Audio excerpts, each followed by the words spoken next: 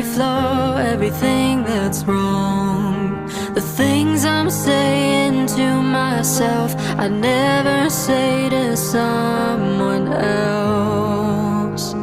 Words I shouldn't say to a child of God.